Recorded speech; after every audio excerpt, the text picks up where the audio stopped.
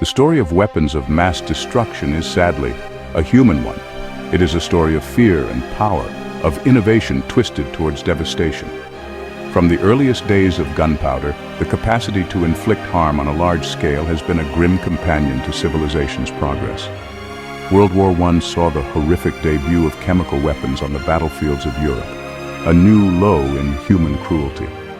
The horrors of that conflict, where poison gas choked the life out of trenches, left an indelible mark on the global psyche.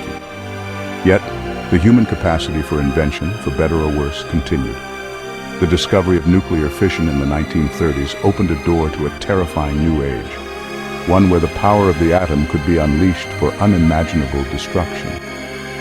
The atomic bombings of Hiroshima and Nagasaki in 1945 stand as chilling testaments to this dreadful new reality. Weapons of mass destruction are a term for tools of indiscriminate suffering. They are defined not by their size or complexity, but by their horrifying effect, the ability to kill and injure on a massive scale, often indiscriminately targeting civilians alongside combatants. These weapons are not merely tools of war. They are threats to the very fabric of human society. Nuclear bombs, with their blinding flashes and lingering radiation, represent the apex of this destructive power. But WMDs are not limited to the nuclear realm. Chemical weapons, from nerve agents to blistering agents, turn the very air we breathe into a deadly weapon. Biological weapons, harnessing the deadly power of viruses and bacteria, can silently and invisibly spread disease and death over vast populations. Each category of WMD represents a unique threat to humanity. Chemical weapons, while less immediately devastating than their nuclear counterparts, inflict excruciating pain and lingering health problems. The use of mustard gas in World War I, leaving soldiers with agonizing burns and lifelong respiratory issues, provides a chilling example. Biological weapons, on the other hand, work silently, spreading disease and fear. The potential for outbreaks to spiral out of control, as seen with naturally occurring pandemics, makes the use of biological agents a terrifying prospect.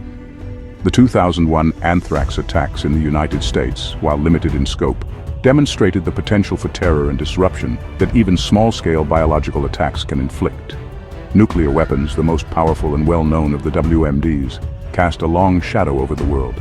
The images of Hiroshima and Nagasaki, cities reduced to rubble in an instant, remain etched in our collective memory. The threat of nuclear winter, a global environmental catastrophe triggered by a large-scale nuclear exchange, adds another layer of dread to their existence.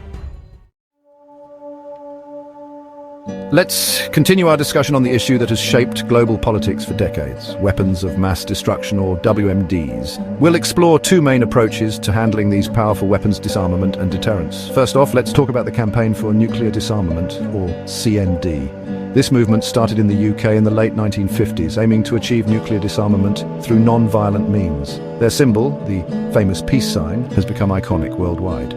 CND advocates for a world free of nuclear weapons, arguing that the only way to ensure safety is by eliminating these weapons altogether.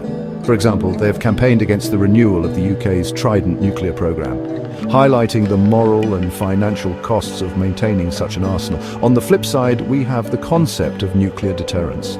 This strategy relies on the idea that possessing nuclear weapons actually prevents their use. The principle here is mutually assured destruction, or MAD. Simply put, if two countries have the capability to destroy each other, neither will risk starting a conflict. Take the Cold War as an example. The United States and the Soviet Union both built up massive nuclear arsenals, but never engaged in direct conflict, largely due to the fear of mutual annihilation. So where does this leave us? On one hand, disarmament campaigns like CND push for a world without WMDs, emphasizing the moral and ethical imperatives. On the other hand, proponents of deterrence argue that these weapons paradoxically maintain global peace by preventing large-scale wars. Ultimately, the debate between disarmament and deterrence is complex and multifaceted. It raises important questions about security, ethics, and the future of humanity. As students and future leaders, it's crucial to understand both perspectives and think critically about the role of WMDs in our world.